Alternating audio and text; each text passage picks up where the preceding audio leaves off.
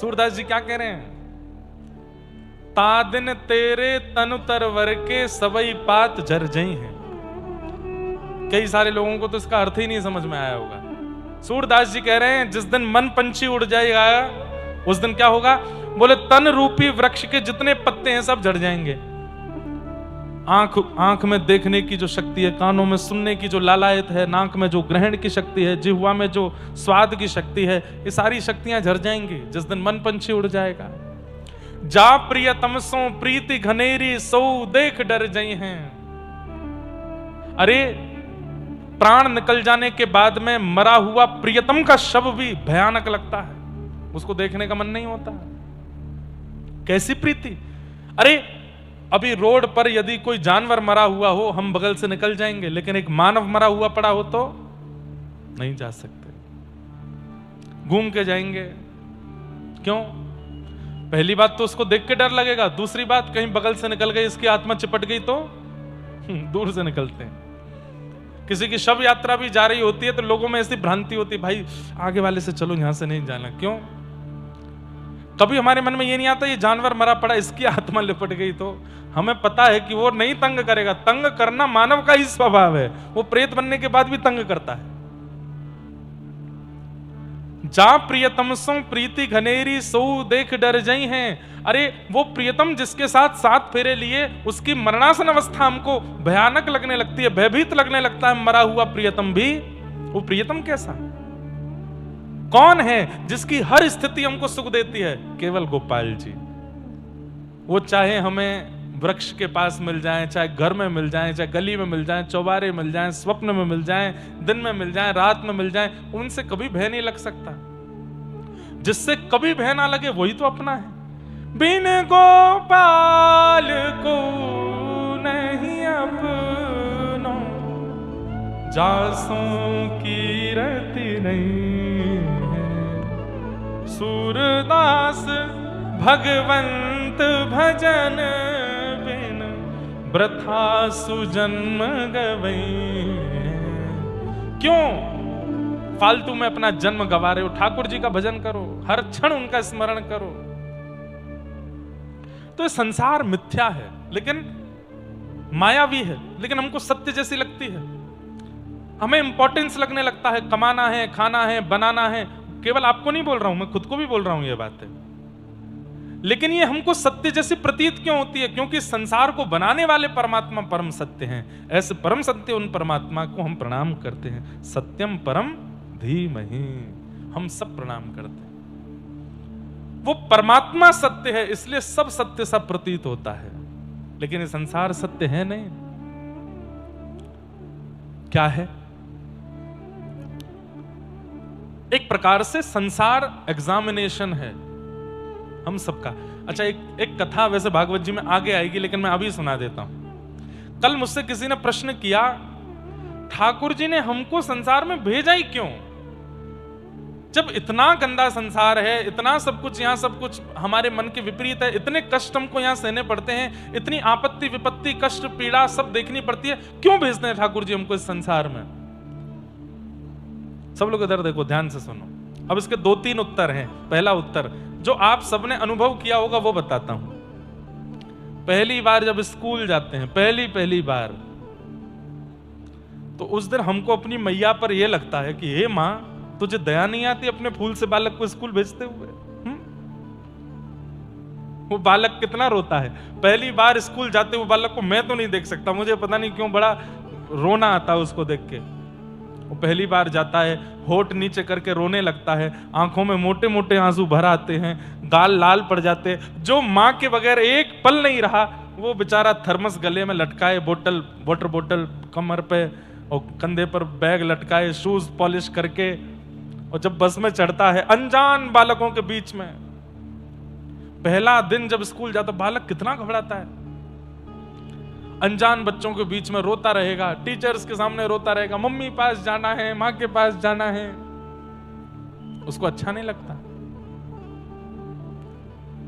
उस दिन हमें लगता है कि ये मां हमको अपने से दूर क्यों कर रही है, इस मां के अंदर इतनी क्रूरता क्यों आ गई है। लेकिन वो मां जानती है इस संसार में निर्वहन करने के लिए, अपने बालक को योग्य बनाने के लिए मुझे विद्यालय भेजना पड़ेगा, अपने से दूर भेजना पड़ेगा। ऐसे ही परमात्मा मां है, हम सब बालक हैं। हम सबको ठाकुर जी इस सृष्टि में भेजते हैं ताकि हम योग्य बन करके आए, हम श्रेष्ठ बन के आए, अपने मन बुद्धि को इतना पवित्र करके आए कि सूरदास, तुकाराम, नामदेव, मीराबाई, सक्कूबाई, जनाबाई जैसे भक्तों जैसा हमारा पवित्र निर्मल चित्त हो जाए और उस पवित्रता के साथ हम वैकुंठ में निर्वहन करें। पवित्र करने के लिए एक ही स्थान है, ये संसार, यहीं पवित्र हुआ जा सकता है। इसलिए ठाकुर जी हमको भेजते हैं, जाओ पवित्र होकर के आओ, विचारों को, मन को। लेकिन जो पवित्रता नहीं लाता और धूमिल हो जाता है, फिर वो इस चक्र में पड़ा ही रहता है। पुनरपि जननम पुनरपि मरणम पुनरपि जननी जठरे शयनम, बार बार उसका जन्म मरण होता रहता है। लेकिन जो यहां कथा, सत्संग आदि गुरुजनों की आज्ञा मान करके और अत्यंत पवित्रता को प्राप्त हो जाता है, पवित्रता शरीर की नहीं, मन की, विचारों की। बंधुओं, मैं सबसे कहता हूं, दिन में 1-2 घंटे अकेले रहा करो। अकेले मतलब ये भी नहीं होना चाहिए, ये भी पास में ना हो, एकांत में रहो। और एकांत में रह करके सोचना कि आपके मन में क्या चलता है। हम दावे से कह सकते हैं विकार की बातें ही आएंगी, संसार के विषय ही आएंगे।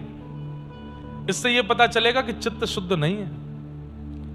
व्यक्ति एकांत में और व्यक्ति बिस्तर में यदि पवित्र चित्त से है तो इसका मतलब भगवत प्राप्ति बहुत शीघ्र हो जाएगी। लेकिन अपने शयन कक्ष में और एकांत में यदि पवित्र बुद्धि से नहीं रहता है, इसका मतलब अभी बहुत निर्मलता की आवश्यकता है। उसको निर्मल बनाने के लिए ठाकुर जी भेजते हैं। पहली बात। अब दूसरी बात सुनो, ठाकुर जी हमको नहीं भेजते, हम आते हैं। कैसे? अब मेरा ये कौन सा जन्म है मुझे नहीं पता, कितने जन्म में पहले ले चुका हूं मुझे नहीं पता, पर मुझे ये जरूर पता है कि ये अंतिम होना चाहिए, इसके बाद नहीं आना है दोबारा। ये मुझे अपने ऊपर विश्वास करके, दृढ़ता करके ये करना ही है कि ये अंतिम हो, इसके बाद नहीं। ये मेरा दायित्व है कि ये अंतिम हो। इससे पहले कितने हुए इस पे मुझे पढ़ना नहीं, पर ये अंतिम हो। सबसे पहला जन्म मेरा या आपका, यहां बैठे हर व्यक्ति का हमारी इच्छा से हुआ था, ठाकुर जी की इच्छा से नहीं। कैसे? भागवत जी में कथा आती है। हम सब कौन थे? वैकुंठ में ठाकुर जी के मित्र थे। एक दिन ठाकुर जी खिड़की से झांक के नीचे देख रहे थे, तभी, अब इसको ऐसे समझना, मैं गया और मैं जब ठाकुर जी के बगल में खड़ा हुआ तो ठाकुर जी मेरे गले में गलवैयां डाल के खड़े हो गए। नीचे जब खिड़की से झांक के मैंने देखा तो पृथ्वी दिखाई दी और मैं ठाकुर जी से कहने लगा, हे प्रिय मित्र, देखो ना कितनी सुंदर है, यहां के पहाड़ कितने सुंदर हैं, नदियां कितनी सुंदर हैं, अरे ये वन बगीचे देखो कितने सुंदर हैं, यहां के पक्षी देखो, पशु देखो कितने अद्भुत हैं। फिर थोड़ा और अंदर अंदर जाते जाते देखते देखते मैं, अरे देखो ये परिवार कितना अच्छा है, यहाँ एक माँ है जो लालन करती है, एक पिता है जो पोषण करते हैं, बहन है, बड़ी बहन ख्याल रखती है, भाई है, अरे देखो विवाह हो गया, पत्नी आ गई, अरे देखो कितना आनंद, कितना खुश है। अब इसके बाद इसके बालक हो गए, संतान हो गई, अब उन संतानों की परवरिश कर रहा है। नाथ, ये बहुत अच्छा लग रहा है, मैं भी जाऊं? ठाकुर जी कहते नहीं, ये दूर से देखने में ही बढ़िया लग रहा है, इसके पास नहीं जाना है, ये बिल्कुल अच्छा नहीं है, बस थोड़ा सा घूम के आता हूं ना मैं। नहीं नहीं नहीं, इधर नहीं जाना, चल चल वापस चल, मैं और तू साथ ही रहेंगे। नहीं ठाकुर जी, मैं एक बार तो घूम के आऊंगा यहां पर। ठाकुर जी बोले, तू वापस नहीं आ पाएगा, तू वहां जाएगा, तेरा भी परिवार बन जाएगा, पत्नी बच्चे आदि सब आ जाएंगे, इतना उसमें रम जाएगा, तू वापस आना भूल जाएगा। नहीं भूलूंगा, मैं प्रॉमिस करके जा रहा हूं, मैं आऊंगा वापस, तू मुझे भी भूल जाएगा। बोले, आपको भूल सकता हूं मैं? आप तो मेरे सबसे प्रिय मित्र हो, आपको कैसे भूलूंगा? हम इतनी जिद पर अड़ जाते हैं कि हमें जाना है। ठाकुर जी कहते हैं, ठीक है तेरी इतनी जिद है तो चला जा, बीच बीच में मैं पत्र भेजूंगा, बीच बीच में मैं संदेश भेजूंगा, मुझे याद रखना, वापस आ जाना मेरे पास। हाँ हाँ आ जाऊंगा, अब मुझे जल्दी जाने दो। ठाकुर जी कहते हैं जाओ। हम तुरंत ठाकुर जी के पास से संसार में आ जाते हैं और जितने वचन दे के आए सब भूल जाते हैं। यहाँ आते ही जन्म लेते हैं, जन्म लेते ही एक परिवार मिलता है, वहां पिता है, माँ है। आप कहोगे महाराज जी याद रहता किसको है? किसी को याद नहीं रहता। लेकिन ठाकुर जी ने क्या कहा था, मैं बीच बीच में संदेश भेजूंगा। अहिल्यानगर में कथा हो रही है, ये संदेश है, ठाकुर जी संदेश भेजे। हमारी कथा कल से शुरू हुई, 2-3 दिन पहले राधा कृष्ण महाराज जी की कथा यहां विश्राम हुई। संदेश भेज रहे हैं। बीच बीच में आप अपना फोन चला रहे हो, दुनिया भर के गाने सुन रहे हो, दुनिया भर की उल्टी सीधी रील्स देख रहे हो, अचानक से आती है प्रेमानंद जी महाराज की कोई बात आ गई, ठाकुर जी बीच में वहां भी संदेश भेज रहे हैं, बेटा मैं तेरा मित्र तेरी प्रतीक्षा कर रहा हूं, कब आएगा? आप कहते हो अब ये आ रही है, प्रवचन बाद में सुनेंगे, वो गाना सुनना है नया वाला जो आया है, वो वाला सुनना है। ठाकुर जी सब जगह से हमको संदेश भेजते हैं, आधुनिक यंत्र से भी संदेश भेज देते हैं, कई बार संतों के द्वारा संदेश भेजते हैं, कथाओं के द्वारा संदेश भेजते हैं, अरे मैं तेरी प्रतीक्षा कर रहा हूं, तू मेरा मित्र भूल गया क्या मुझको? हमें फिर लगता है ठाकुर जी इनसे हमारा क्या संबंध है? अरे वो भगवान है, हम जीवात्मा हैं, इससे अलावा और इससे ज्यादा कुछ भी नहीं है। कथाओं में फिर समझाया जाता नहीं ठाकुर जी आपके संबंधी हैं, हम फिर भी याद नहीं कर पाते। भूल बिछड़ करके संसार में अपना इतना कर्जा कर लेते हैं। कर्जा क्या है? किसी के साथ छल किया, कपट किया, क्रोध किया, बुरा किया, काम किया, किसी का धन लूट लिया, किसी के साथ अनित किया, ये सारे कर्जे चढ़ते चले गए हम पर। ठाकुर जी तो तैयार बैठे थे कि अब ये मेरे पास आ जाएगा, लेकिन जैसे ही हमारी मृत्यु होती है हम ठाकुर जी के पास जाने लगते हैं, चित्रकेतु बीच में रोक देता है, अभी नहीं जा सकते। क्यों? इस संसार में जाके जितना कर्जा करके आए हो उसको तो चुका के आओ दोबारा। बीच से ही फिर वापस संसार में भेज दिया जाता है। पुराना कर्जा तो चुकाया नहीं, इस जन्म में और नए कर्जे कर लेते हैं। इतना कर्जों का भार हमारे सिर पर भर जाता है, ठाकुर जी राह देखते रह जाते हैं और हम पहुंच नहीं पाते। लेकिन तब एक सदगुरु जीवन में आते हैं और वो सदगुरु आकर के अपना मंत्र प्रदान करते हैं, ज्ञान प्रदान करते हैं, भक्ति प्रदान करते हैं, ठाकुर जी की सेवा प्रदान करते हैं, भाव प्रदान करते हैं, प्रेम प्रदान करते हैं, त्याग प्रदान करते हैं, वैराग्य प्रदान करते हैं, और उसके माध्यम से हम धीरे धीरे धीरे अपने अनेक जन्मों के कर्जे एक ही जन्म में खत्म कर देते हैं और खत्म करके फिर सदगति को प्राप्त होते हैं। तब ठाकुर जी वैकुंठ में दोनों भुजा पसार करके हमारा स्वागत करते हैं। अरे वाह तू आ गया मेरे पास, इतने दिन घूम के आया। और हम जाते ही सबसे पहला क्या कहते हैं? दोबारा इस संसार में नहीं जाऊंगा, अब आपके पास ही रहूंगा, अब नहीं जाना मुझे। हम भेजे नहीं गए हैं, हम स्वयं आए। पहली बार हम स्वयं आते हैं, फिर उसके बाद कर्म बंधन से हमको बार बार आना पड़ता है, 84 लाख योनियों में भटकना पड़ता है। इसलिए आद्य गुरु शंकराचार्य कह के गए, भज गोविंदम भज गोविंदम गोविंदम भज मूढ़ मते। गोविंद को भजो, गोपाल को भजो, विट्ठल को भजो, पांडुरंग को भजो, क्योंकि उन्हीं का भजन ही यहां से निकालेगा। सीधी बात ऐसी है कि एक संसार रूपी हॉल है जिसमें हम फंस गए हैं, एग्जिट नहीं मिल रहा है। कहां है? घूम घूम करके यहीं घूम रहे हैं। लेकिन दिव्य सदगुरु जीवन में आते हैं और अपनी वाणी से एक एग्जिट बता देते हैं और वहां से हम निकल जाते हैं। तो बस जीवन में वाणी का आश्रय ले लो, चाहे वो रामचरितमानस की वाणी हो, भागवत जी की वाणी हो, ज्ञानेश्वरी की वाणी हो, उन वाणियों का आश्रय लेकर के बस उस पर चल पड़ो। धर्म प्रोजित कैत्रगोत्र परमो निर्मत्सराणां सताम् वैद्यं वास्तवमत्र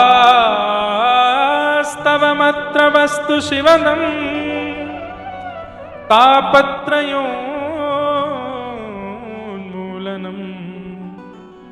श्रीमद्भागवते महामुनिकृते किं वा परैरीश्वर सद्यो हृद्यवरुध्यते त्रिकृतभिः शुश्रूषुभिस्तत्क्षणात्।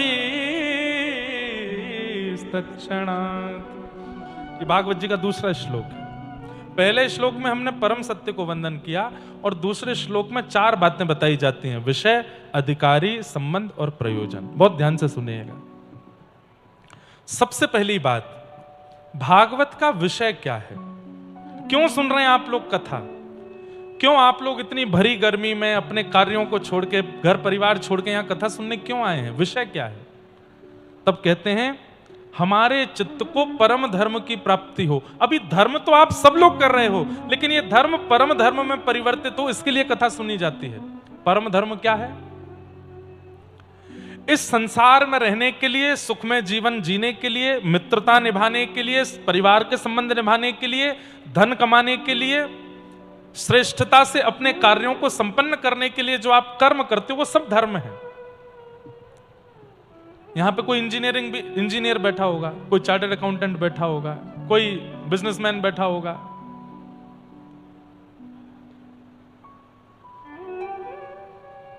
कोई पायलट भी हो सकता है, कोई डॉक्टर भी हो सकता है। आप सब जो अपने कर्म कर रहे हो निष्काम पूर्वक, निश्चल पूर्वक, वो सब धर्म है। आप सब धर्म ही कर रहे हो, लेकिन अब परम धर्म सीखना है। धर्म और परम धर्म में अंतर क्या है? धर्म मतलब जहां देह को सद्मार्ग पर ले जाया जाए वो धर्म है, और जहां देह के अंदर बैठे हुए आत्मा की चिंता करके उसकी सद्गति का मार्ग ढूंढा जाए वो परम धर्म है। समझ में आई बात? धर्म और परम धर्म क्या है?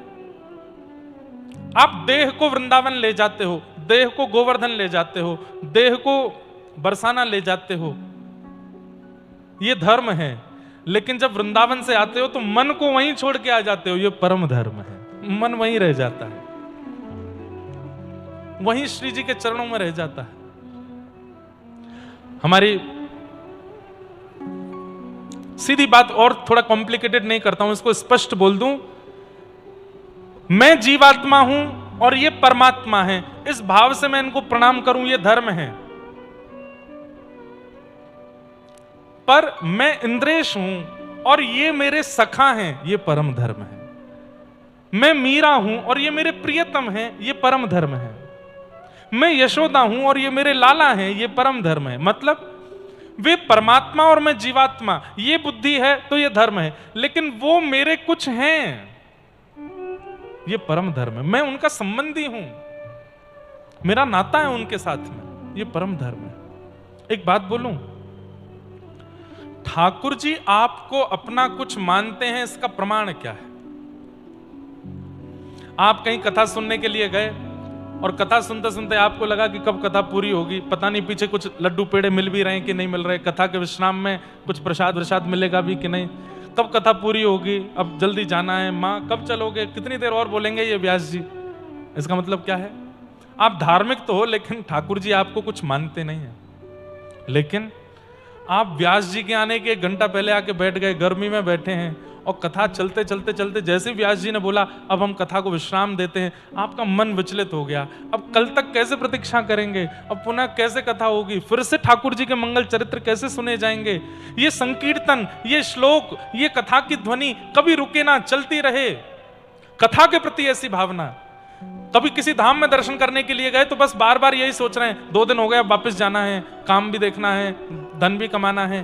तो इसका मतलब है आप धार्मिक तो हो लेकिन ठाकुर जी से कोई संबंध नहीं। पर 2 दिन पूरे होते ही आपको लगे समय क्यों निकल रहा है, वापस जाना है अहिल्यानगर, अरे फ्लाइट कैंसिल हो जाए, पायलट बीमार हो जाए, भगवान ना करे ऐसा हो, ट्रेन का टायर पंचर हो जाए, जो कभी हो नहीं सकता। कुछ तो करो, हम रुक जाएं 1 दिन और। ऐसी व्याकुलता कथा के प्रति, सत्संग के प्रति, धाम के प्रति, नाम के प्रति अगर हो रही है तो इसका मतलब ठाकुर जी आपका कोई संबंध है ठाकुर जी से। इतनी व्याकुलता विचलनता कैसे हो सकती है? नहीं तो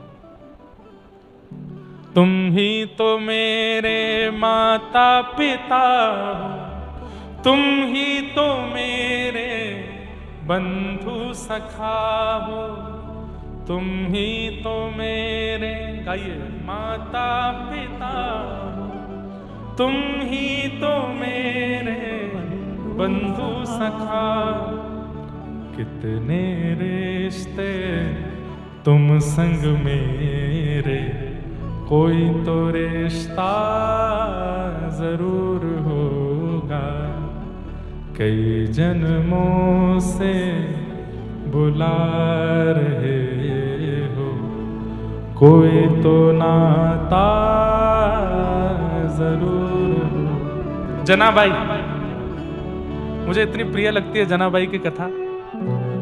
अपने माता पिता के साथ एकादशी पर पंढरपुर गई थी।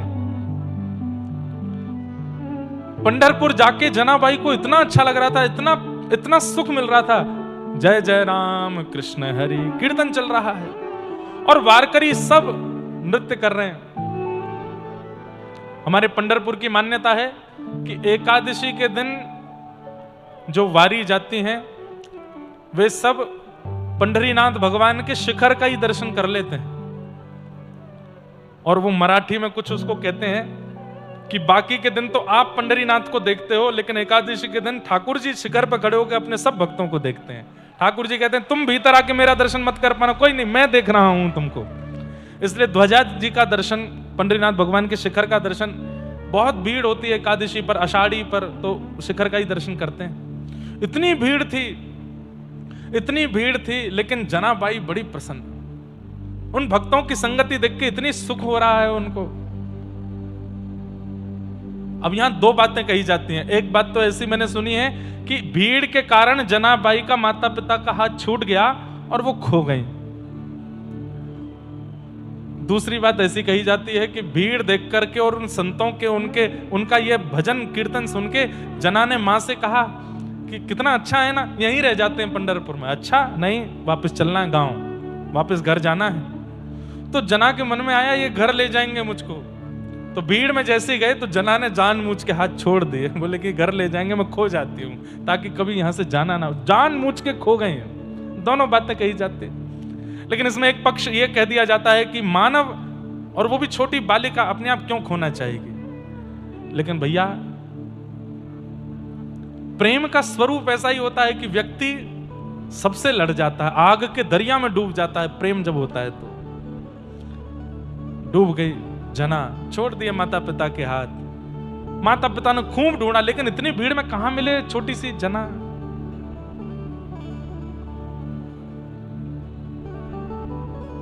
चाव चाव में हाथ छोड़ तो दिया, लेकिन एक दिन, 2 दिन, 3 दिन निकल गए, विठोबा नहीं मिले तो रोने लगी। चंद्रभागा जी के तट पर जाकर के, विठोबा कहां हो, तुम क्यों नहीं आते हो मुझसे मिलने, तुमको दया नहीं आती, मैंने 3 दिन से कुछ नहीं खाया, मेरे माता पिता सब चले गए, तुम ही तो मेरे माता पिता हो, आ जाओ ना विठोबा। कोई नहीं आया। तब श्री नामदेव जी महाराज उनको अपने घर ले आए। नामदेव जी के घर में कीर्तन होता था और कीर्तन में जनाबाई खूब प्रसन्न होती थी जब संगति देखती थी कि महाराज सब नृत्य करते हैं, मृदंग बजाते हैं, मंजीरा बजाते हैं, अभंग गाते हैं, और उछल उछल करके जब कीर्तन होता था, नृत्य देख करके जनाबाई इतनी प्रसन्न होती थी। लेकिन एकादशी के दिन जनाबाई नामदेव जी से कहती, आज कीर्तन धीरे धीरे करना। क्यों? बोले मैंने देखा है कि जब आप कीर्तन करते हो तो ठाकुर जी आते हैं, दोनों कट्टी पर भुजा रख के पंढरीनाथ आते हैं और वो नृत्य करते हैं। एकादशी है आज बहुत व्यस्त रहे विठोबा, सुबह से इतने भक्तों को दर्शन दिया, थक गए होंगे। अब आप जोर से कीर्तन करोगे तो थके हारे आकर के उनको यहाँ नाचना पड़ेगा, और थके हुए वो आके यहाँ नृत्य करेंगे तो उनके पैरों में दर्द हो जाएगा, इसलिए आप धीमे धीमे कीर्तन करना। पर छोटी सी जना, उसकी बात कौन माने। यहां तो क्या बोलते हैं, गजर कीर्तन होता था। और जैसे ही महाराज कीर्तन होता, जना सबसे कहती धीमे धीमे धीमे, एकादशी है, पंढरीनाथ आएंगे, वो नृत्य करेंगे, उनको श्रम हो जाएगा चरणों में। लेकिन कोई नहीं मानता। खूब जोर से कीर्तन हुआ, पंढरीनाथ आए और जना देख करके रो रही है, विठोबा इतनी तेज नहीं नाचो, श्रम हो जाएगा चरणों में। सब चले गए, जनाबाई रोती रही, मेरे विठोबा को श्रम हो गया। आधी रात का समय ठाकुर जी प्रकट हो गए और प्रकट होकर जनाबाई की गोद में अपने दोनों पैर रख दिए। चल रो मत, दबा ले, थोड़ी देर सेवा कर लो, तेरे को बहुत पीड़ा हो रही है कि मेरे पैर में लगी होगी, चल थोड़ी देर दबा। और जनाबाई चरण दबाती। कहने का अभिप्राय बहुत सुंदर है जनाबाई का चरित्र, पर संबंध। ठाकुर जी को अपना कुछ मानना। अब मैं पंढरीनाथ का दर्शन करने जाऊं, मैं ये नहीं सोचूंगा कि वो सुबह से खड़े हैं, कितनों को दर्शन दिए होंगे, मैं जाकर के और उनको श्रमित क्यों करूं ना। मेरे को भी होगा अंदर लेके चलो, चरण छुपाओ, माथा टिकवाओ। लेकिन कोई कोई प्रेमी ऐसा होता है, उसके मन में मुझे भीतर नहीं जाना, मैं बाहर से ही देख लूंगा। इतने सारे लोग दर्शन करने जाते हैं, चरण पकड़ते हैं, थक जाते होंगे ठाकुर जी। ऐसा संबंध में भाव आने लगना, ठाकुर जी के प्रति ऐसी स्फूर्ति और भावना बनने लगना, इसी को ही परम धर्म कहते हैं। और श्रीमद् भागवत का यही विषय है कि सुनने वाले के चित्त में परम धर्म का प्रादुर्भाव हो जाए, उसके चित्त में परम धर्म प्रकट हो जाए। तो भागवत का विषय क्या है? परम धर्म। ठाकुर जी से कोई संबंध स्थापित हो, ये मेरे कुछ हैं, ऐसी भावना उनके सन्मुख हो जाए।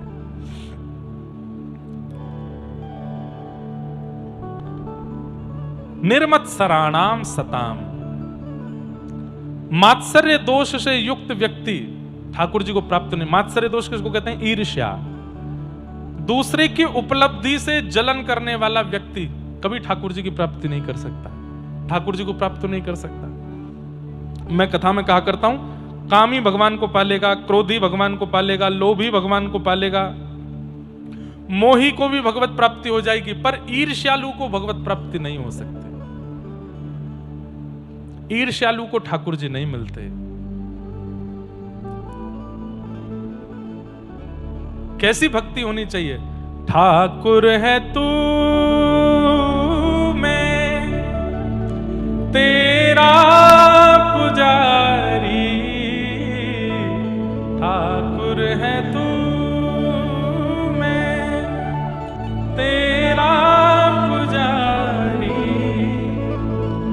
तेरा खेल हूं मैं, तू मेरा खिलाड़ी, तेरा खेल हूं मैं, तू मेरा खिलाड़ी। मेरी जिंदगी की हर एक बात तू है, नहीं मैं अकेला, मेरे साथ तू है, मेरा नाथ तू है, मेरा नाथ तू है, नहीं मैं अकेला, मेरे साथ तू है, मेरा नाथ। गाइए भाव से।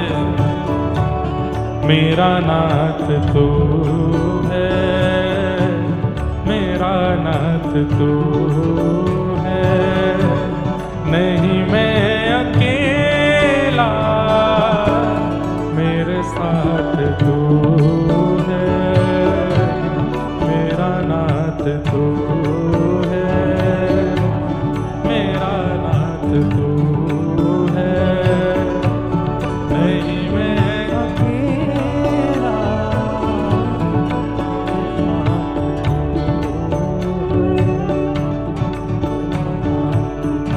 और कितना सुंदर भाव है।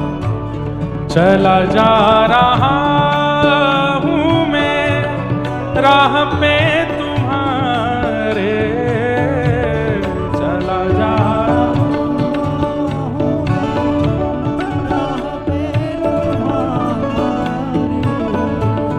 चला जा रहा हूं मैं राह पे तुम्हारे, चला जा रहा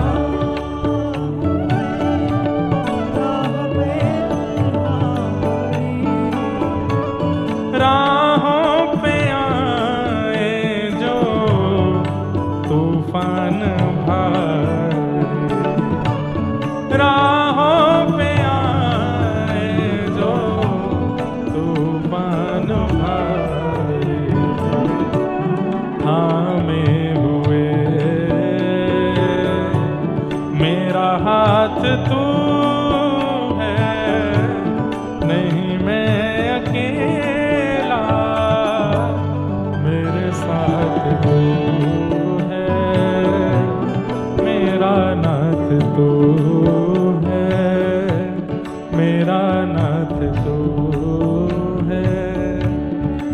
नहीं मैं अकेला, मेरे साथ तू है, मेरा नाथ। श्री राधा गिरधर लाल की।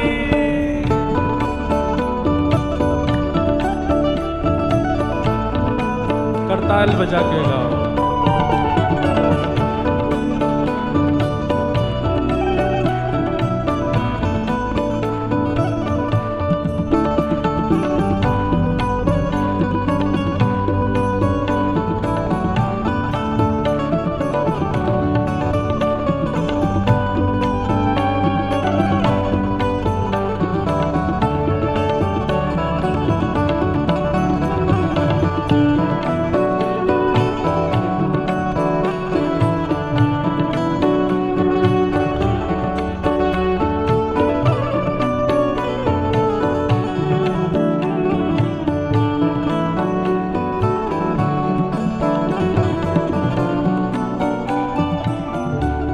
ठाकुर है तू, मैं तेरा पुजारी।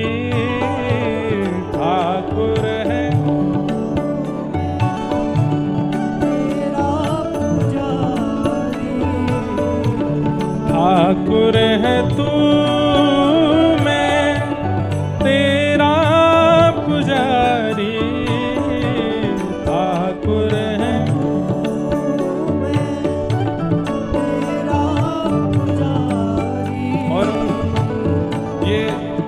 ये वाली पंक्ति कितनी अच्छी है। ओ तेरा खेल हूँ मैं, तू मेरा खिलाड़ी। तेरा खेल हूँ मैं, मेरा।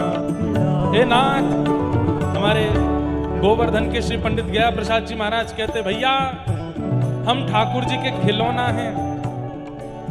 ठाकुर जी से प्रार्थना करो कि हे नाथ, जैसे चाहे हमारे साथ खेल लो, लेकिन याद रहे खेलिएगा मेरे साथ ही, कोई दूसरा खिलौना पसंद नहीं आना चाहिए आपको। आपका सबसे प्रिय खिलौना मैं ही रहना चाहिए। कहीं मेरी जगह गोविंद काका प्रिय लग गए, कहीं रामसाय काका प्रिय लग गए, कहीं आप प्रिय लगना। आपको भी यही सोचना है। ठाकुर जी को कहो आपका सबसे प्रिय खिलौना मैं हूं, मुझसे खेलिए, मेरा त्याग मत कीजिएगा। तेरा खेल हूँ मैं, तू मेरा खिलाड़ी। तेरा खेल हूँ मैं, तू मेरा खिलाड़ी। मेरी जिंदगी की हर एक बात तू है, नहीं मैं अकेला, मेरे साथ तू है, मेरा नाथ तू है, मेरा नाथ तू है, नहीं मैं अकेला, मेरे साथ तू। नहीं मैं अकेला, मेरे साथ तू है, मेरा नाथ तू है, नहीं मैं अकेला, मेरे साथ तू है। एक बात का बहुत ध्यान रखिए बंधु, काम, क्रोध, लोभ, मत्सरता, मात्सर्य, इन सब में सबसे खतरनाक दोष एक है जो ठाकुर जी को बिल्कुल प्रिय नहीं लगता, और वो है ईर्ष्या। जब किसी की उपलब्धि के प्रति हम ईर्ष्या का भाव रखते हैं तो ठाकुर जी को बिल्कुल अच्छा नहीं लगता। हमारे अंदर काम है, क्रोध है, मोह है, चिंता है, अहंता है, ममता है, सब दोषों को ठाकुर जी क्षमा कर देते हैं। लेकिन जब ईर्ष्या का दोष हमारे चित्त में आता है तो ठाकुर जी को बिल्कुल अच्छा नहीं लगता। इसलिए कोई भी दोष भक्ति पथिक के जीवन में आ जाए, वो दोष ठाकुर जी उसका नाश कर देंगे, लेकिन कभी उसके चित्त में ईर्ष्या का दोष ना आवे। ईर्ष्या ठाकुर जी को प्रिय नहीं है। मात्सर्य दोष। और ईर्ष्यालु व्यक्ति को तत्क्षण दंड देते हैं ठाकुर जी, जो दूसरे की उपलब्धि, दूसरे की अच्छा, एक और बात, अगर ईर्ष्या किसी संसारी व्यक्ति से है तो भी दंड तो मिलेगा 6-7 महीने में, लेकिन यदि कहीं वो ईर्ष्या किसी भक्त से है तो आप भूल जाओ कि इस जन्म में क्या, कई जन्मों तक ठाकुर जी मिलने वाले नहीं है, क्योंकि आप एक भक्त से ईर्ष्या कर रहे हो। इसलिए मात्सर्य दोष कभी चित्त में मत आने दीजिएगा। ये बस हम आपसे व्यासपीठ से निवेदन कर रहे हैं, बाकी कोई भी दोष चित्त में आ जाए चलेगा, ठाकुर जी उसको धीरे धीरे निकाल देंगे, लेकिन मात्सर्य दोष ना आने पावे। निर्मत्सराणाम सताम वैद्यं वास्तवमत्र वस्तु शिवदम तापत्रयोन्मूलनम। भागवत जी क्या करती हैं? सबसे पहला विषय परम धर्म सिखाती हैं, दूसरी बात अधिकारी बनाती है, मतलब मात्सर्य दोष को नष्ट करती हैं, और तीसरी बात ठाकुर जी से एक सुंदर संबंध करा देती हैं। कैसा? बोले शिवदम, कल्याणकारी। ठाकुर जी से हमारा एक संबंध स्थापित हो जाता है। ठाकुर जी अपने कोई लगने लगते हैं। आपने भक्त विल्लु मंगल का नाम सुना है? एक विल्लु मंगल नाम के भक्त हुए दक्षिण भारत के, जिन्होंने कृष्ण करणामृत ग्रंथ लिखा है।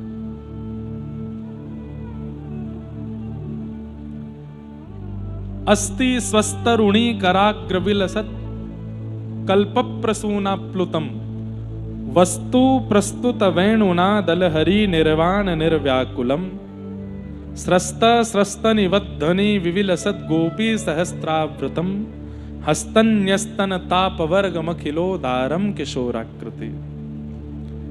ऐसे श्लोकों की रचना जिन्होंने की वो श्री बिल्लो मंगल जी। दक्षिण भारत में आपका जन्म हुआ था।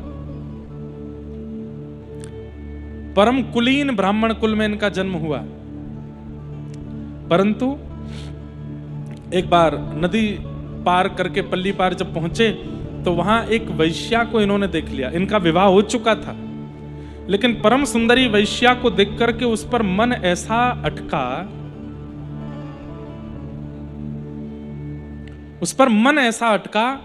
कि बस घर परिवार पत्नी तक को छोड़ दिया, उस वैश्या के साथ ही रहने लगे। गीता में भगवान एक बात कहते हैं ना, नमे भक्त्या प्रणश्यति, मैं अपने भक्त का पतन नहीं होने देता। इस बात को सार्थक होते हुए देखने के लिए आप विल्लु मंगल जी का चरित्र सुनो। अगर एक बार किसी ने भावपूर्ण रूप से अगर अपने मुख से कह दिया, हे कृष्ण मैं आपका हूं, हे नाथ आप मेरे हो, बस एक बार किसी ने भावपूर्ण रूप से, किसी के कहवे में नहीं, किसी के जबरदस्ती, किसी के फोर्स में यह ना कहा, भाव से कह दिया, हे नाथ मैं आपका हूं, हे नाथ आप मेरे हो, इसके बाद वो भले ही जीवन में कभी दोबारा भजन ना किया हो, एक बार भी अगर उसने ठाकुर जी से ऐसा कहा है, जिस दिन उसका पतन हो रहा होगा ठाकुर जी रक्षा करने आते हैं। ठाकुर जी रक्षा करने आते हैं। और इसका प्रमाण श्री विल्लु मंगल जी का चरित्र सुनिए। विल्लु मंगल एक वैश्या के रूप में इतने आसक्त हो गए, अपने परिवार को छोड़ दिया, अपनी पत्नी को छोड़ दिया, और उस वैश्या के साथ ही रहते हैं। अस्ति स्वस्तरुणी कराग्र विलसत कल्प प्रसून प्लुतम वस्तु प्रस्तुत वेणुनादल हरि निर्वाण निर्व्याकुलम स्रस्त स्रस्त निवद्धनि विविलसत गोपी सहस्त्राव्रतम हस्तन्यस्तन तापवर्गमखिलोदारम किशोराकृति। ठाकुर जी के रूप का ही वर्णन किया इन्होंने, लेकिन कैसे? पिता के प्राण चले गए, लेकिन पत्नी इतनी पतिव्रता थी विल्लु मंगल जी की, पति ने त्याग कर दिया, वैश्या के साथ रहने लगे, इतने पर भी पत्नी ने उनका त्याग नहीं किया। पत्नी घर में ही रहती है, विल्लु मंगल जी की प्रतीक्षा करती रहती है, और विल्वमंगल जी वहां उस वैश्या के साथ आनंद करते हैं। 1 वर्ष बाद पिता का श्राद्ध था। घर के लोगों ने पत्नी से कहा तुम जाओ विल्वमंगल को ले आओ, और पूरी दुनिया जानती है वो कहां है, नदी के उस पार वैश्या के साथ रहता है। पत्नी कैसी है विल्वमंगल जी की, नदी पार करके उस पार गई तो विल्वमंगल जी नशे में धुत पड़े थे, तो वो वैश्या जिसके यहां रहते थे वो बाहर आई। हाँ जी, कौन हो आप? बोले जो साल भर से आपके साथ हैं वो मेरे पति हैं। तो वैश्या को लगा ये लड़ने आई होगी, झगड़ने आई होगी, लेकिन बड़े प्रेम से उनकी पत्नी कहती है मैं कोई और विक्षेप डालने नहीं आई हूं, मैं बस इतना कहने आई हूं उनके पिता का कल श्राद्ध है, मैं कहूंगी तो वो नहीं आएंगे और कोई कहेगा तो वो नहीं जाएंगे, पर वो आपसे बहुत प्रेम करते हैं, आप उनसे कह देना घर आ जाएं। वो वैश्या का हृदय जैसे मानो पिघल गया हो, नेत्रों में आंसू भर आए, और उनकी पत्नी को देखकर के मानो वैश्या को लगा कि ये मेरी गुरु है, ये मेरी आदर्श है, कहां मैं केवल लोक रंजन में लगी रहती हूं, अपना जीवन पूरा निकाल दिया, एक ये पत्नी देखो, इतना दुष्ट निकृष्ट सब कुछ करने वाला पति इसका, लेकिन ये अभी भी उसकी कितनी विचार करती है, कितनी अधीन है अपने पति के। विल्वमंगल को जब होश आया तो वैश्या ने डांटते हुए कहा आज तुम्हारी पत्नी आई थी। विल्वमंगल चिल्ला के बोले वो क्यों आई थी यहां पर? बोले तुम्हारे पिता का श्राद्ध है, बोलने आई थी कि चले जाना और तुम जाओगे कल अपने पिता का श्राद्ध करके आना। कितनी कितनी सुंदर बुद्धि वाली, कितने सुंदर स्वभाव वाली पत्नी है तुम्हारी, तुम उसको छोड़ के कैसे रह सकते हो यहाँ पे? ये आसक्ति शरीर के प्रति, रूप के प्रति, ये सब क्यों है तुम्हारी? कितनी श्रेष्ठ पत्नी है तुम्हारी। लेकिन जिस व्यक्ति के ऊपर काम सवार होता है, उसको काम क्या, कोई भी दोष जिसके ऊपर सवार होता है ना, उसकी बुद्धि काम नहीं करती। फिर वैश्या के कहने पर विल्वमंगल चले गए, जाकर के अपने पिता का श्राद्ध किया। श्राद्ध कैसे कर रहे हैं? जल्दी जल्दी, कि जल्दी पूरा हो तो मैं जल्दी वापस से उसके पास जाऊं। पत्नी बगल में बैठी है, श्राद्ध आदि क्रम करवा रही है, लेकिन पत्नी को देखा भी नहीं एक भी बार। और जल्दी श्राद्ध क्रम करा के ब्राह्मणों को दान दक्षिणा देके और तुरंत निकल पड़े। पत्नी ने कहा बाहर बहुत तूफान आ रहा है, बहुत तेज बारिश, बिजली कड़क रही है, नदी में भी तूफान होगा, आज रात्रि यहीं रुक जाइए, कल चले जाइएगा। लेकिन विल्वमंगल जी ने कोई उत्तर नहीं दिया। बोले तुम घर किवाड़ बंद कर लो, मैं जाता हूं। निकल पड़े। पत्नी कैसे ऐसे जाने दे, इतना तूफान है, कुछ हो जाएगा, पीछे पीछे गई। इतने आतुर थे उस वैश्या के पास जाने के लिए कि नदी में कूद गए। गहरी नदी, तूफान आ रहा था, बिजली कड़क रही थी, बारिश हो रही थी, हवाएं चल रही थी। अपने पति को कूदता देख पत्नी सराहने का वो भी कूद गई, और बस नदी के अंदर जाके विल्वमंगल जी डूब रहे थे, उनको बचाने लगी पत्नी। और नदी पार करने के लोभ में अपनी पत्नी का ही सहारा ले लिया, उसी के ऊपर ही उसका सिर और उसका हाथ पकड़ करके बस कैसे भी पार निकलने लगे, जिसके कारण प्राण छूट गए पत्नी के। और ये भी नहीं कि किसका हाथ मैंने पकड़ा था, किसके सिर को मैं नीचे दबा रहा था ऊपर आने के लिए, उसको तो बाहर निकालूं। ऐसा काम सवार था सिर पर कि देखा भी नहीं पीछे मुड़ के कौन है, पार पहुंच के चलते बने।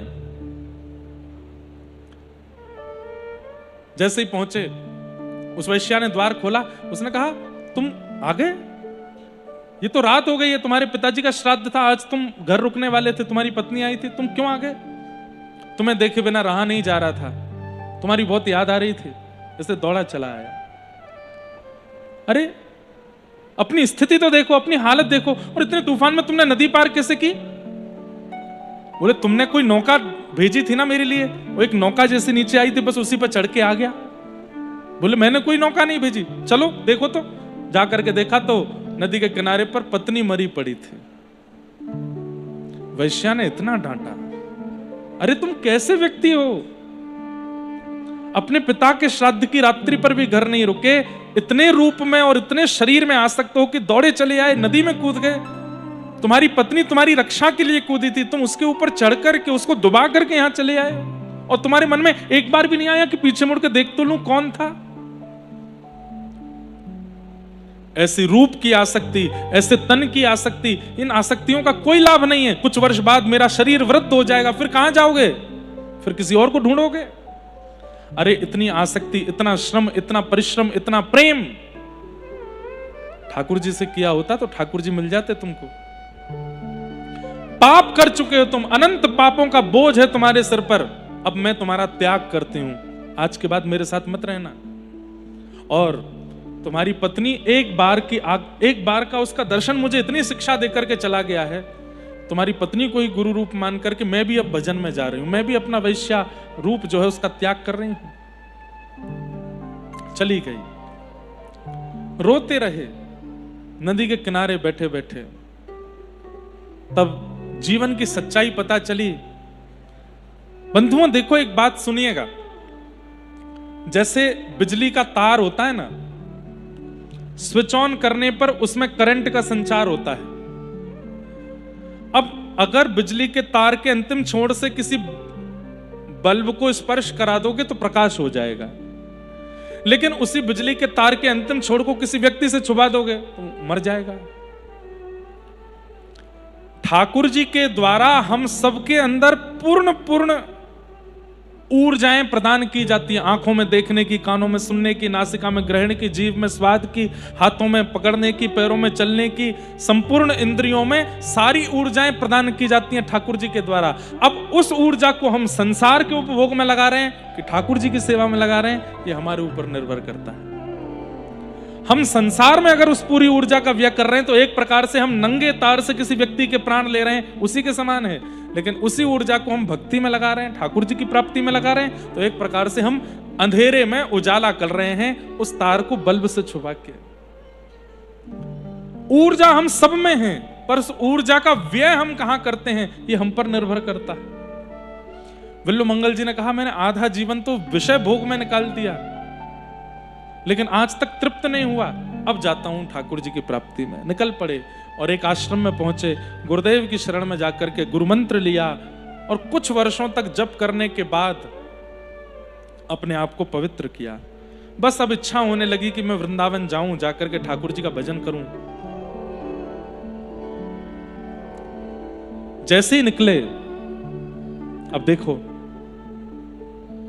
कितना बलवान होता है काम, कितना बलवान होता है क्रोध, कितना बलवान होता है ये संसार के विषय। एक बार आपके अंदर आ जाते हैं, इनको निकालना कितना मुश्किल है। इतने वर्ष तक गुरु आश्रम में रहने के बाद विल्लू मंगल जी अब पवित्र हो चुके थे, लेकिन जैसे ही उस आश्रम से निकले, जा रहे थे वृंदावन की ओर, तभी देखा एक सरोवर के किनारे परम सुंदरी कन्या जल भर रही थी। नेत्रों ने जैसे ही देखा फिर रुक गए और बस उसके रूप को देखने में लगे। कहने का अभिप्राय क्या है? 2, 4, 10 वर्ष के भजन से हमारा विकार नष्ट नहीं होता है, वो जाता है बस। ऐसा हमें लगता है कि अब चला गया, लेकिन गई हुई वस्तु वापस जरूर आती है। जब तक वो नष्ट नहीं होगी तब तक आप भजन करते ही रहिए। विल्लू मंगल जी ने सोचा कि उनके चित्त का काम अब नष्ट हो गया, नष्ट नहीं हुआ था, वो कुछ दिन के लिए गया था, वापस आ गया। स्त्री को देख के फिर से उसको देखने लगे। वो थोड़ी सी विचलित हुई, जल लेकर के घर की ओर जाने लगी तो उसका पीछा करने लगे। दौड़ करके घर के अंदर घुसी, अंदर से किवाड़ बंद कर ली। पति ने कहा, क्या हुआ? पता नहीं, कोई साधु वेश में है और मेरे पीछे पीछे यहां तक चला आया है, ऐसे देख रहे हैं, मुझे तो बहुत विचित्र लगता है। पति ने द्वार खोल के देखा तो हाथ में माला लगी थी, गले में कंठी पहनी थी और साधु का सही रूप विल्लू मंगल जी का। पति समझ गए, भजन तो किया है, भजनानंदी तो है, लेकिन अभी विषय पूर्ण रूपेण नष्ट नहीं हुआ। कोई बात नहीं, भजन में इतनी सामर्थ्य है कि कुछ दिन भी अगर भजन का आश्रय लिया होगा तो वह लुटने नहीं देगा, वह भजन नष्ट होने नहीं देगा, वो भजन तुम्हारा नाश होने नहीं देगा। न मे भक्त्या प्रश्यति, मैं अपने भक्त को पतन नहीं होने देता। ठाकुर जी ऐसा कह रहे हैं, इसका पतन नहीं होगा, अंदर बुलाओ। पत्नी बोली कैसी बात कर रहे हो? बोले हाँ अंदर बुलाओ। घर के अंदर बुलाया, पत्नी से कहा तुम श्रृंगार करो अपना, जाओ सुंदर बन के आओ। पत्नी बोली कैसे पति हो आप? कोई मेरा पीछा करके आया, आप कह रहे हो श्रृंगार करके आओ। बोले अगर इसने भजन किया होगा तो ये बचेगा, और अगर इसके भजन में कमी होगी तो आज इसका स्पष्टीकरण इसी को हो जाएगा कि ये किस स्थिति में। घर में बुलाया, उसकी खूब सेवा की, भोजन प्रसाद पवाया। विल्लु मंगल जी बोले अब मेरा मन है कि मैं आपके घर में ही थोड़ा निवास कर लूं, थोड़ा आराम कर लूं। तो उस कन्या के पति ने कहा हमारे कक्ष में थोड़ा सो लीजिए। कक्ष में गए, उस स्त्री से बोले सुनो थोड़ा जल लेके आना। तो विल्लु मंगल जी ने कहा, तो जल लेने के लिए गई। जैसे विल्लु मंगल जी के पास आई,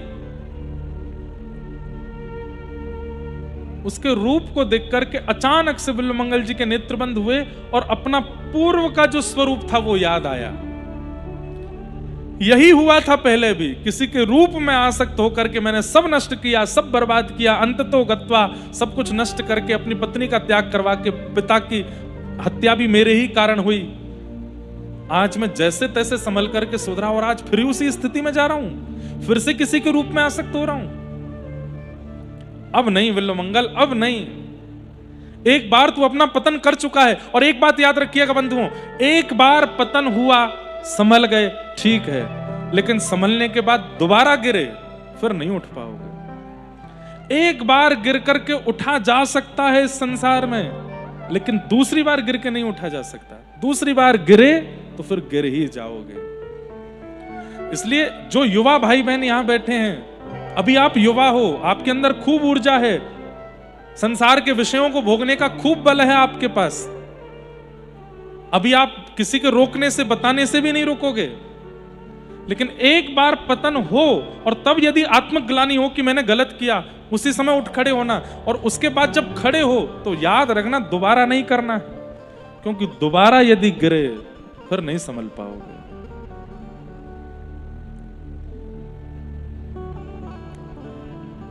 कंस भी एक बार गिर के संभला था, लेकिन संभल के फिर गिरा।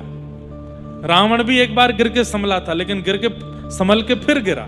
ये दोबारा गिरने में ही नाश होता है हमारा। एक बार गिरने पर तो ठाकुर जी क्षमा कर देते हैं, पर दोबारा गिरने पर ठाकुर जी क्षमा नहीं, दृष्टि ही हटा लेते हैं। अब तू जो कर, मेरा तेरे से कोई मतलब नहीं है। और जैसे ही ठाकुर जी मतलब तोड़ देते हैं ना, फिर ही व्यक्ति संसार के उपभोगों में लगता है, फिर वही राक्षस बन जाता है। इसलिए एक बार पतन होने पर संभल जाइए, दोबारा की प्रतीक्षा मत कीजिएगा। विल्लु मंगल जी को आज उसका रूप देख करके देखते देखते मन में आया, तुरंत नेत्र बंद हो गए। नहीं विल्लु मंगल, तू एक बार अपना पतन कर चुका है, दोबारा नहीं। रोने लगे विल्लु मंगल, और रोते रोते बोले मैं क्या करूं इन आंखों का, ये बार बार सुंदर रूप को देखने पर आसक्त हो जाती हैं। तुरंत नेत्र खोल के, लाल पड़े हैं नेत्र, अश्रु गिर रहे हैं, उस युवती से बोले सुनो मेरी सेवा करोगी? बोले हाँ। तो सुई लेकर के आओ। क्या करेंगे आप? बोले लेके आओ ना। दुई से सुई लेकर के आई। सोचूं विचारूं कुछ करूं, नहीं, जैसे ही सुई ला करके दी, ले करके तुरंत अपनी दोनों आंखें फोड़ दी विल्लु मंगल जी ने। मेरे पतन करने में मेरे शरीर का जो अंग मुझे ठाकुर जी से मिलने में रोक रहा है, मैं उसे जीवित नहीं रखूंगा। फोड़ दी दोनों आंखें। बंधुओं, जीवन में जो दोष भगवत मिलन में बाधा बने, उस दोष का विषवत त्याग कर दीजिए तुरंत। क्योंकि अगर आपने उस दोष को संग रखा तो वही दोष एक दिन आपको अपने दोष के कुएं में ही ढकेल देगा, ठाकुर जी से नहीं मिलने देगा। आप आंख मत फोड़ना अपनी, वो नहीं कह रहा हूं मैं। मेरे कहने का अभिप्राय क्या है? दोष हम सब जानते हैं कि मुझ में क्या है। मुझ में दृष्टि का दोष है, मुझ में बोलने का दोष है, मुझ में सुनने का दोष है। दूसरों की चार लोग क्या बात कर रहे हैं सुनने में मुझे बड़ा अच्छा लगता है। हाँ, इसकी निंदा, उसकी स्तुति, इसके बारे में ये मुझे सुनना बहुत अच्छा लगता है, और फिर सुन के वहां बता देना इसमें बड़ी चुगली करने में अच्छा। सबको पता है मेरे अंदर दोष क्या है। उस दोष का आज ही त्याग करो, क्योंकि वो दोष ही कारण है जो भगवत मिलन में बाधा बन रहा है। विल्लु मंगल जी ने नेत्र फोड़ लिए, और नेत्र फोड़ करके ले ली लठिया हाथ में। वो तो बेहोश हो गई युवती सामने। ये क्या, कितना कितना विभत्स रूप देखने को मिला मुझे। सबने पूछा ये क्या किया बिल्वमंगल जी? बोले कि भैया अब इस संसार को नहीं देखूंगा, इन नेत्रों को पाके जिनको देखना चाहिए अब उन्हीं को देखूंगा। और उनको देखने के लिए नेत्रों की आवश्यकता नहीं है, वो सामने आ जाएंगे तो नेत्र अपने आप खुल जाएंगे। जितना संसार को देखने दिया देख लिया मैंने, अब नेत्रों की आवश्यकता नहीं है, अब तो ऐसे ही चलूंगा।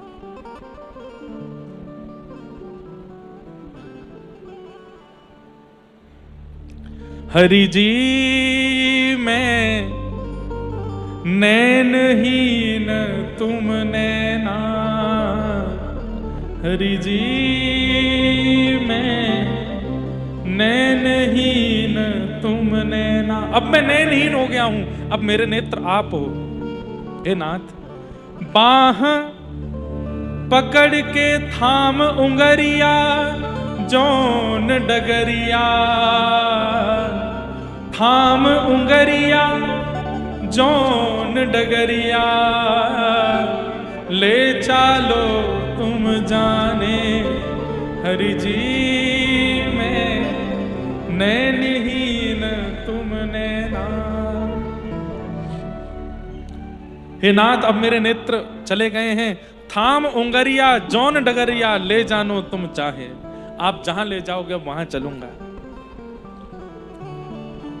वृंदावन पहुंच गए और वृंदावन जाकर के कदम्ब की छैया, यमुना जी का स्पर्श, रज का स्पर्श, अब नेत्र नहीं है, केवल तन से स्पर्श करके अनुभव कर रहे हैं उस भाव का।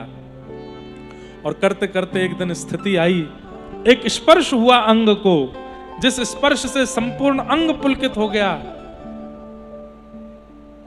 स्पर्श करके बोले कौन हो? तो मानो बोलने लगे अरे मैं यहीं ब्रज को एक बाबा हूं। बोले नहीं, मुझे बहुत लोगों ने स्पर्श किया पर ऐसा अनुभव पहले कभी नहीं हुआ। तुरंत बिल्वमंगल जी ने पकड़ लिया। बोले कौन हो? तुम्हारा स्पर्श मुझे अत्यंत प्रेम, अत्यंत भाव में विभोर कर रहा है, जल्दी बताओ तुम कौन हो? इतने में ही त्रिभंग ललित श्याम सुंदर प्रकट हो गए। बिल्वमंगल मैं हूं जिसको देखने के लिए तुम तरस रहे हो। हे नाथ, अब देरी मत करो, नेत्र प्रकट कर दो। ठाकुर जी ने तुरंत नेत्रों पर हाथ रखे, फूटे हुए चक्षु बिल्वमंगल जी के प्रकट हो गए और त्रिभंग ललित श्याम सुंदर के मनोहर मधुर रूप का दर्शन उन्होंने कर लिया। आहा। और जब ठाकुर जी के रूप को देखा, अब ठाकुर जी ने कहा बिल्वमंगल, अब दुनिया की सुंदर से सुंदर वस्तु तुम्हारे सामने आवे, जाओ उसमें आसक्त हो जाना। बिल्वमंगल जी बोले नहीं हो पाऊंगा। क्यों? इतने सुंदर दृश्य को देखने के बाद, इतने सुंदर रूप को देखने के बाद अब संसार की हर वस्तु फीकी लग रही है नाथ, आपसे सुंदर कोई नहीं है। तब उन्होंने एक ग्रंथ, कृष्ण करणामृत ग्रंथ की रचना की, जिसमें केवल भगवान के रूप का ही वर्णन किया है। और उसके बाद असंख्य सुंदरी नारियां भी सन्मुख आ गईं, लेकिन बिल्वमंगल जी के नेत्र सदा कहते रहे कृष्ण सा कोई नहीं, कृष्ण जैसे रूप झांकी किसी के। बंधु, मेरे मन में एक बात आती है कि हमारे अंदर जो दोष है वो दोष कब कहलाता है? जब वह भाव संसार को प्रस्तुत किया जावे। लेकिन वही भाव जब ठाकुर जी को प्रस्तुत कर दिया जाता है तो वही भक्ति बन जाता है। संसार के व्यक्ति को देखने की इच्छा हो रही है तो काम है, वही ठाकुर जी को देखने की हो जाए तो भक्ति हो जाएगी। संसार के व्यक्ति से लड़ने की इच्छा है तो वो क्रोध हो जाएगा, लेकिन वही ठाकुर जी के प्रति हो जाए तो भक्ति हो जाएगा। ठाकुर जी पे भी क्रोध किया जा सकता है। क्रोध कैसे? जैसे जनाबाई करती थी, जैसे मीराबाई करती थी, जैसे सूरदास करते थे, सब भक्तों ने भी ठाकुर जी पे क्रोध किया। मतलब वो दोष दोष कब कहलाता है? जब वो संसार में हो, लेकिन वही ठाकुर जी में हो जाए तो भक्ति हो जाता है।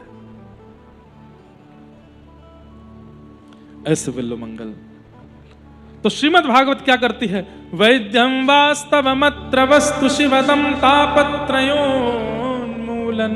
भगवान से हमारा संबंध कराती है। कैसा संबंध? शिवदम, कल्याणकारी। 7 दिन की कथा सुनकर के ठाकुर जी से आपका कोई संबंध होना चाहिए। मेरे ठाकुर जी कौन है? मेरे ये हैं, ऐसी भावना प्रकट होनी चाहिए। और कैसा संबंध? बोले कल्याणकारी। और भागवत क्या करती है, बोले तापत्रयोन्मूलनम, तीनों तापों को उन्मूलन कर देती है। हमारे जीवन में जितने कष्ट हैं, कष्ट तो आएंगे पर उन कष्टों का अनुभव नहीं होगा, पता नहीं चलेगा कब कब में आए चले गए, ऐसा जीवन हो जाता है।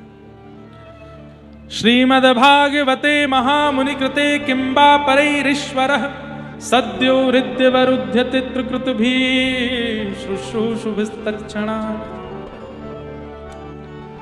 जिन कथा को सुनने की इच्छा मात्र से चित्त में ठाकुर जी आके विराजमान हो जाते हैं, ऐसी भागवत को हम बारंबार प्रणाम करते हैं। आपको एक हफ्ता पहले मानो कोई बोर्ड दिखाई दिया और आपको अरे अहिल्यानगर में कथा है, मैं तो सुनने जाऊंगा। जैसे ही आपने मन बनाया मैं सुनने जाऊंगा, उसी क्षण आपके चित्त में राधा रमन लाल प्रकट हो गए। आप नहीं आए हो कथा में, आप नहीं आए हो कथा में, ठाकुर जी लेके आए हैं आपको। और आगामी 7 दिन तक ये चित्त में ही रहेंगे। कथा कराने वाले, कथा करने वाले, कथा सुनने वाले, सबके चित्त में ठाकुर जी आके बैठ जाते हैं, वही लेके आते हैं कथा में। बस 8वें दिन भी वो चित्त में रहें, क्योंकि ऐसा होता है कथा विश्राम होती, ठाकुर जी चले जाते हैं।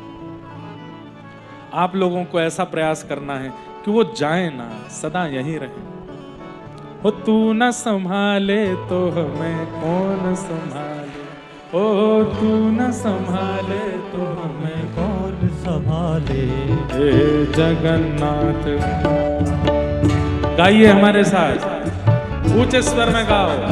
हे जगन्नाथ चकाने चकाने जगन्नाथ जगन्नाथ चकाने चकाने नीलाचल वरे, तू न संभाले तो हमें कौन संभाले। तू न संभाले तो हमें कौन संभाले। हे मेरी ये नैया है अब तो तेरे हवाले, मेरी नैया है अब तो तेरे हवाले। हाँ मेरी ये नैया है सिर्फ तेरे हवाले, मेरी नैया है अब तो तेरे हवाले। ओ तू न संभाले तो हमें कौन संभाले। तू न संभाले तो हमें कौन संभाले। तू न संभाले तो हमें कौन संभाले। ओ तू न संभाले तो हमें कौन संभाले। मेरे प्रभु जगन्नाथ जगन्नाथ चकानैन चकाने जगन्नाथ जगन्नाथ चकानैन चकाने नीलाचल वरे, तू न संभाले तो हमें कौन संभाले। तू न संभाले तो हमें श्री जगन्नाथ महाप्रभु की।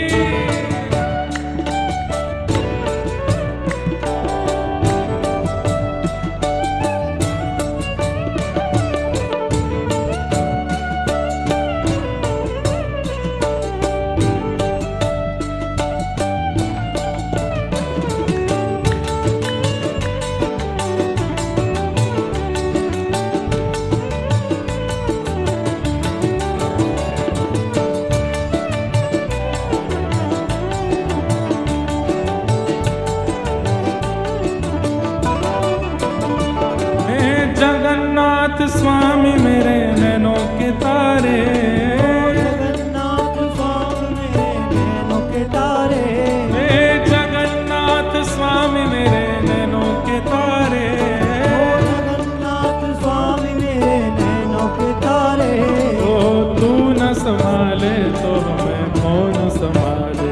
ओ तू न संभाले तो हमें कौन संभाले। तू न संभाले तो हमें कौन संभाले। तू न संभाले तो हमें कौन संभाले। मेरे प्रभु जगन्नाथ जगन्नाथ चकानैन चकाने जगन्नाथ। जगन्नाथ। देखो नामदेव जी महाराज कहते हैं कीर्तन में एक ही अपराध है कि कीर्तन चल रहा है और हम ना गा रहे हैं और ना करताल बजा रहे हैं। नृत्य तो बहुत आगे की बात है, लेकिन कई लोग सोफा वाले हमको दिख रहे हैं जो बैठे बैठे केवल सुन रहे हैं। नहीं, आप भले नृत्य मत करो पर करताल बजा करके ऊंचे स्वर में गाओ। जगन्नाथ जगन्नाथ चकानैन चकाने जगन्नाथ जगन्नाथ चकानैन चकाने नीलाचल वारे तू न संभाले तो हमें कौन संभाले हो। तू न संभाले तो हमें कौन संभाले। हाँ तू न संभाले तो हमें कौन संभाले हो। तू न संभाले तो हमें कौन संभाले। हे बलभद्र सुभद्रा संग आप विराजे। सुभद्रा में आप विराजे। हाँ बलभद्र सुभद्रा संग आप विराजे। सुभद्रा संग आप विराजे। ओ तू न संभाले तो हमें कौन संभाले। ओ तू न संभाले तो हमें कौन संभाले। हाँ तू न संभाले तो हमें कौन संभाले। तू न संभाले तो हमें कौन संभाले। मेरे प्रभु जगन्नाथ जगन्नाथ चक्कानैन जगन्नाथ चक्कानैन नीलाचल वारे तू न संभाले तो हमें कौन संभाले। तू न संभाले तो हमें कौन संभाले। ओ मेरे बिगड़े काज स्वामी आप संभाले। मेरे बिगड़े रामनाथ आप सवारे। हाँ मेरे बिगड़े काज स्वामी आप संभाले। मेरे बिगड़े काज सारे आप सवारे। हमें तू न संभाले तो हमें कौन संभाले हो। तू न संभाले तो हमें कौन संभाले। हाँ तू न संभाले तो हमें कौन संभाले हो। तू न संभाले तो हमें कौन संभाले। मेरे प्रभु जगन्नाथ चक्कानैन हे जगन्नाथ चक्कानैन नीलाचल वारे तू न संभाले तो हमें कौन संभाले। तू न संभाले तो हमें कौन संभाले। हाँ तू न संभाले तो हमें कौन संभाले। तू न संभाले तो हमें कौन संभाले। मैं तुम्हें छोड़ जाऊं अब मैं किसके दुआरे। तुम्हें छोड़ जाऊं अब मैं किसके दुआरे। हाँ तुम्हें छोड़ जाऊं अब मैं किसके दुआरे। तुम्हें छोड़ जाऊं अब तो किसके दुआरे। आज हम भी कथा पूरी करके आपके अहिल्यानगर में भी श्री जगन्नाथ जी विराजमान है, वहीं दर्शन करने जा रहे हैं। तो हमने कहा कि जगन्नाथ जी को यहीं प्रणाम करके जाते हैं और अहिल्यानगर के श्री जगन्नाथ जी का दर्शन करके आएंगे आज। तो बस उन्हीं के दरबार में जा रहे हैं, तो आपको बस थोड़ा आप लोग मत आना, आप लोग यहीं से घर जाना। हाँ हम जाएंगे वहाँ, यहीं पर अनुभव कर लो। तुम्हें छोड़ जाऊं अब मैं किसके दुआरे। तुम्हें छोड़ जाऊं अब तो किसके दुआरे। तुम्हें छोड़ जाऊं अब मैं किसके दुआरे। तुम्हें छोड़ जाऊं अब तो किसके दुआरे। तू न संभाले तो हमें कौन संभाले।